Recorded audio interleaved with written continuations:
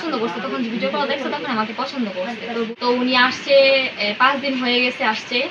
আমার নাম হচ্ছে স্বপ্না, আমার জেলা হচ্ছে ব্রাহ্মণবাড়িয়া নবীনগর থানা, আমার গ্রাম হচ্ছে কাঠালিয়া জিমিতপুর ইউনিয়ন।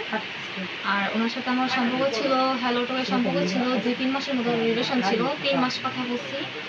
তো কথা বলার পর ওনার সাথে এমনিতে ফ্রেন্ডের মতো কথা বলছি। কথা বলার পর তো উনি আমাকে ভিডিও কল দেখছে, তো ভিডিও কল দেখার পর অনেকবার বলছে আমাকে পছন্দ করছে, তখন ভিডিও কল দেখছে তখন আমাকে পছন্দ করছে। তো বলতেছে যে তোমার দেশে আমি আসবো, তো বিয়ে করার কথা বলতেছে। পরে আমি বললাম যে আমার বাসার পরিস্থিতি ভালো না, বাসায় সমস্যা হইতেছে, একের পর এক সমস্যা হইতেছে।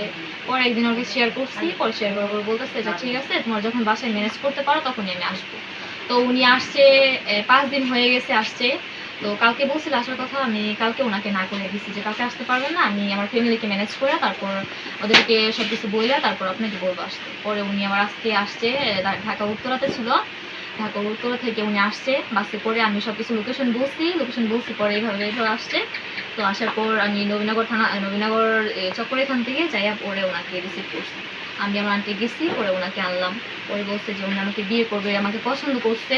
পরে বলতেছে সমস্যা নাই, তোমাকে তোমার যদি ফ্যামিলির সমস্যা হয় যে এখানে নিতে, তাহলে আমি না হলে তোমাকে এখানে নিয়ে থাকবো, সমস্যা নাই, ফ্যামিলি বিষয় নিয়ে এখানে থাকবে। তো এই আমার কথা আর কি।